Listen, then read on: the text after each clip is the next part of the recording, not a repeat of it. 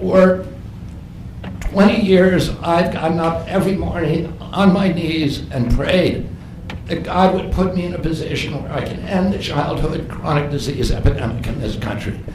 On August 23rd,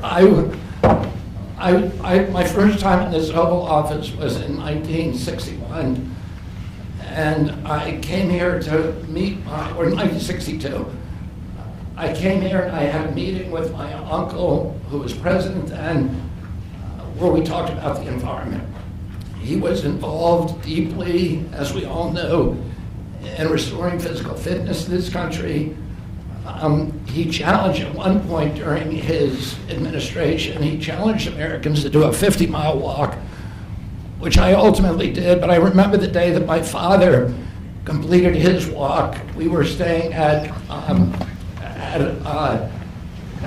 at Camp David, and my father came in after 18 hours walking on the C&O towpath with his feet bleeding and blisters on them.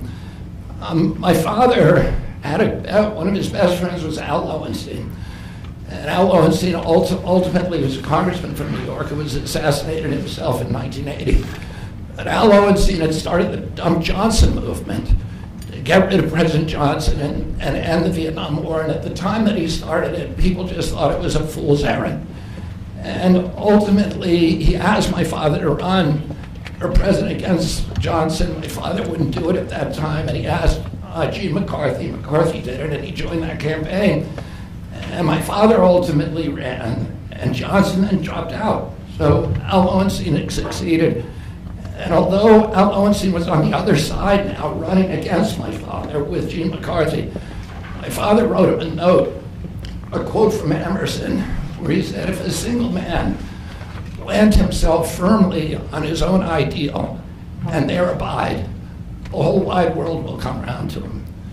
For 20 years, I've gotten up every morning on my knees and prayed that God would put me in a position where I can end the childhood chronic disease epidemic in this country.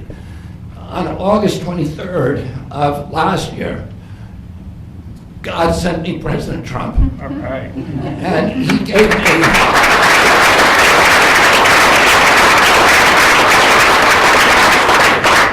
he's now given me, he's kept every promise that he's made to me.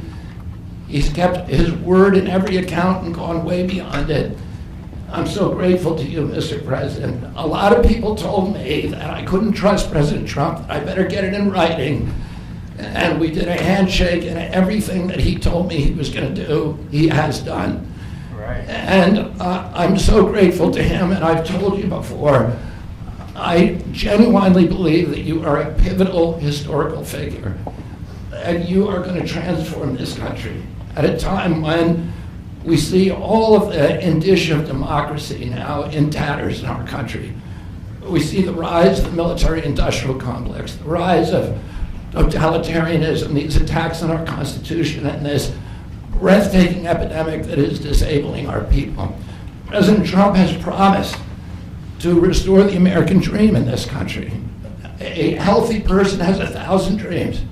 A sick person only has one. 60% of our population has only one dream, that they get better. President Trump has promised that he's going to restore America's strength. But we can't be a strong nation if we have a weak citizenry. If people are sick, 60% of our people are sick, 77%, as President Trump mentioned, of our children cannot qualify for military service. And we need a man on a white horse now.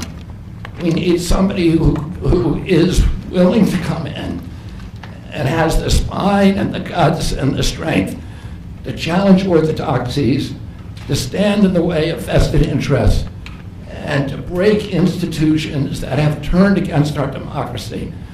President Trump has shown again and again that he is that hero. And most recently, I greatly appreciate it, and I called you the day that you announced the termination of USAID. My uncle started USAID in 1961 for humanitarian purposes, to put our country on the side of the poor. It has been captured by the military-industrial complex.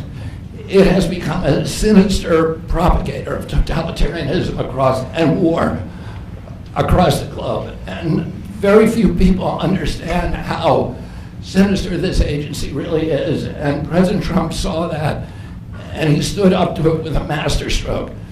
And we want to do the same thing with the institutions that are stealing the health of our children.